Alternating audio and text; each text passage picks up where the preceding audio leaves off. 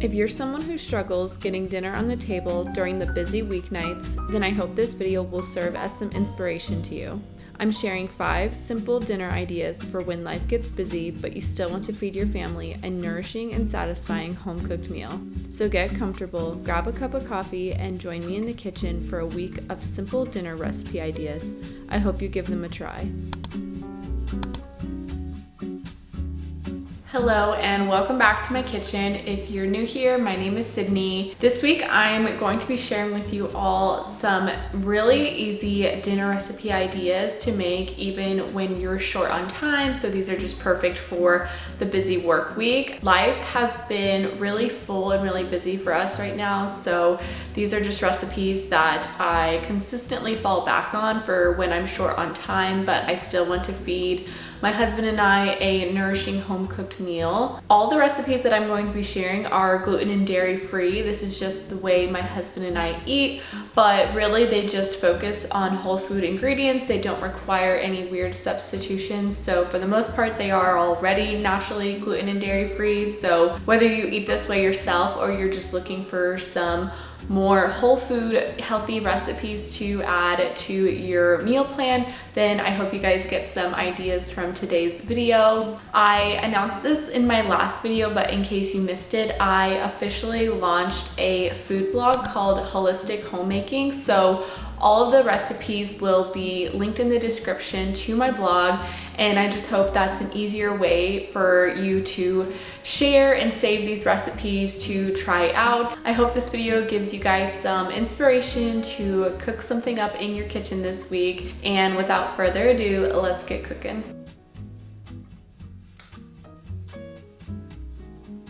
We're kicking things off with one of the easiest meals in this entire series, a simple beef and broccoli recipe, but this one uses ground beef. It requires very minimal prep time, which is perfect for when you're short on time and just need to get dinner on the table.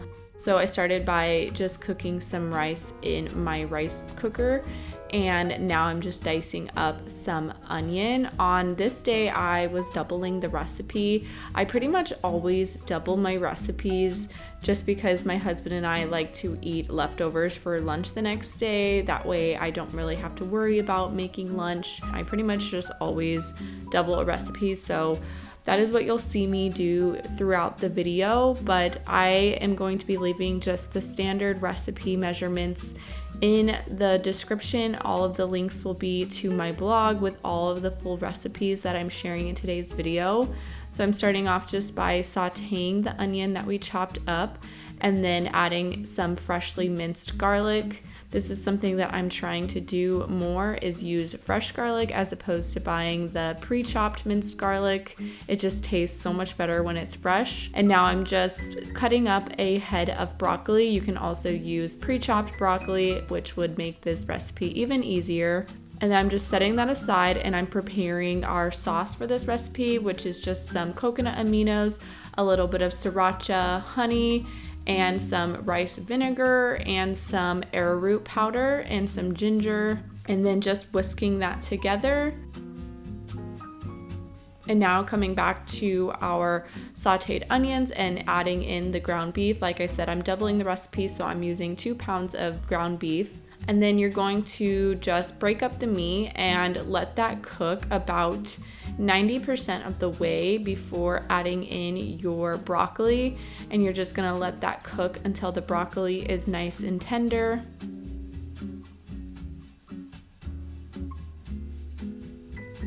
And then towards the end of the broccoli being finished, you're going to go ahead and add in your sauce for this recipe and just allow that to cook all together for a couple minutes.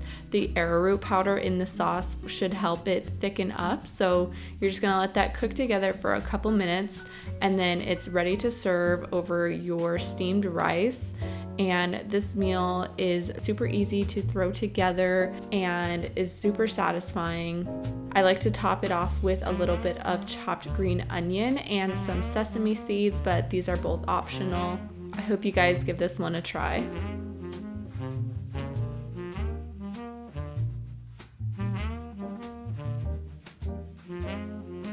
Next up, we're making some honey Dijon chicken thighs with some roasted Brussels sprouts, acorn squash, and wild rice.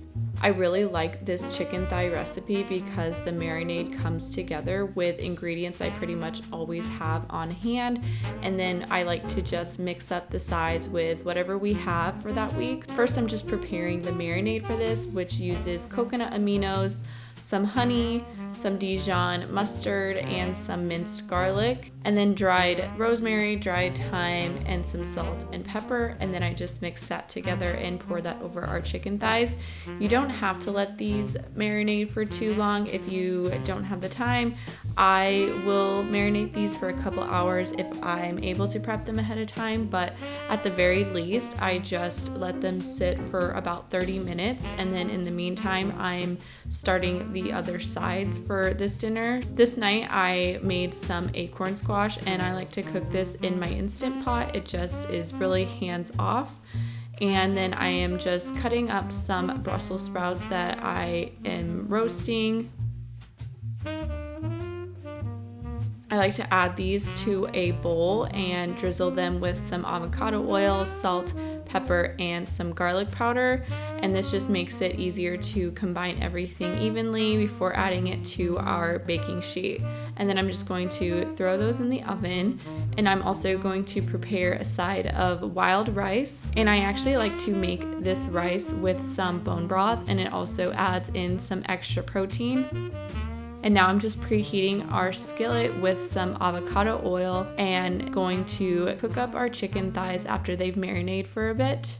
And I like to start off cooking these on a high temp just so that they brown really nicely and lock in a lot of that flavor.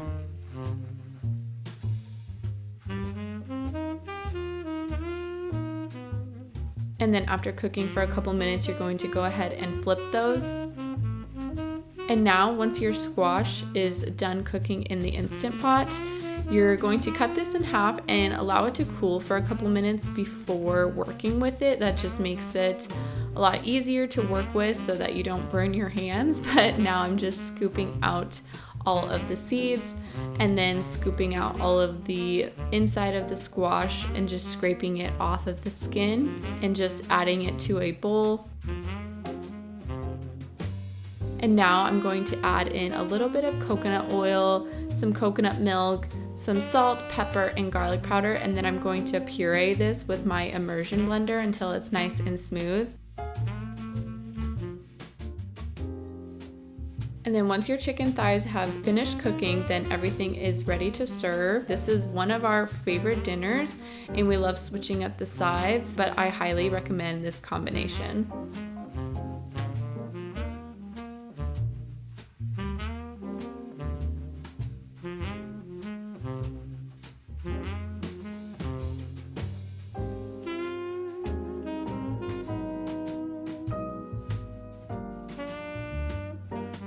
Next, we are making a healthier version of a takeout classic, chicken pad thai. This is one of my husband's highly requested meal. I start by just preparing all of the veggies for this. I just peel and shred some carrots and then dice up some red bell pepper and some onion.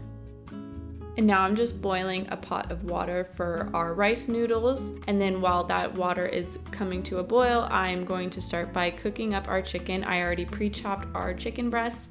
And then once our water is ready, we're going to add in our noodles.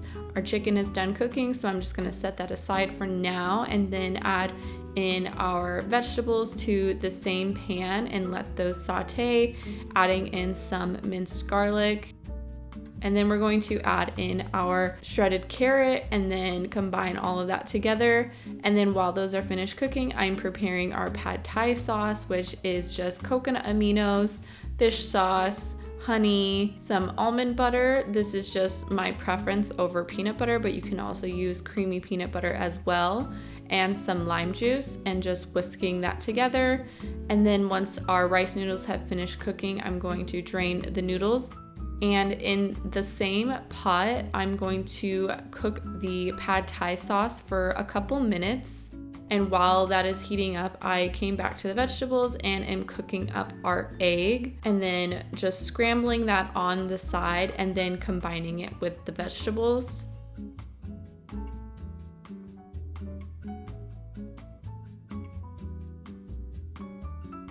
And now that our sauce is coming to a simmer, I'm just going to whisk that together. And then you will combine everything in the pot, starting with your rice noodles, the chicken, and the cooked vegetables and egg. And then just combine that all together with a pair of tongs.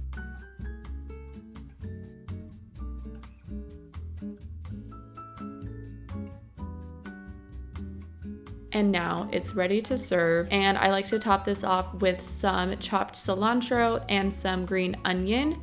And you can also top it off with some extra lime juice if you like. This meal is super satisfying, and again, just a healthier take on a traditional chicken pad thai recipe. Next, I'm making some beef and sweet potato taco bowls with some homemade guacamole. I start just by peeling and dicing up our sweet potatoes. I do my best to cut these as evenly as possible. I do about 1-inch cubes, and then I like to toss these together with some avocado oil and some salt and pepper before popping those in the oven to roast. And now I'm just preparing our other chopped veggies for the skillet, which is just some diced onion and some diced red and yellow bell pepper and some zucchini. This is a great way to add in some additional veggies to this meal, but also keeping it very minimal by combining it all together in one skillet. So I start by just heating up some avocado oil on our skillet and then adding in our vegetables to cook for a couple minutes before we add in our ground beef. Break up the beef and just let that cook all the way through. And while our meat is cooking, I'm coming back to making our homemade guacamole. I just mash up some avocado and add in some diced Roma tomato, some red onion, and cilantro. I love a lot of cilantro, but you can always do a little less cilantro if you don't love cilantro as much as I do, but I personally love cilantro. And then lastly, adding in our lime juice, as well as some salt, pepper, and garlic powder. And then you just mix that all together until everything is fully combined.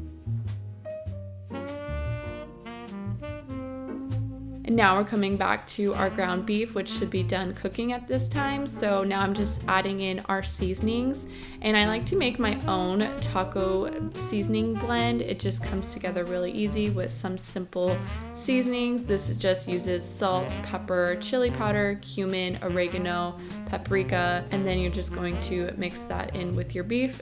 And then once your sweet potatoes have finished cooking, it's time to assemble your bowls, starting off with our sweet potatoes as the base, adding in our ground beef mixture, and then topping that off with our yummy homemade guacamole.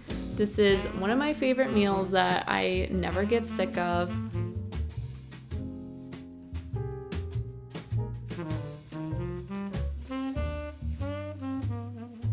Last but certainly not least, we are making a creamy white chicken chili, and I love this meal. It is really yummy, but it also comes together really easily. And I actually like to make this in my Instant Pot using the slow cooker setting, so I like to just prep it in the morning and let it just cook throughout the day, and dinner's already taken care of, which I'm also a fan of during the weeknights. So I just start by dicing up our onion and our green bell pepper, and then I'm using the saute setting on our Instant Pot and cooking those up with some diced green chilies and some freshly minced garlic, letting those cook for a couple minutes before adding in some chickpeas that I rinsed, and then adding in our seasonings, which this uses cumin, oregano, chili powder, and some salt and pepper, and then adding in some fresh lime juice, and then just combining that together. And now I'm preparing our broth mixture, which uses another can of rinsed chickpeas, some coconut milk, and some chicken broth, and then blending that together.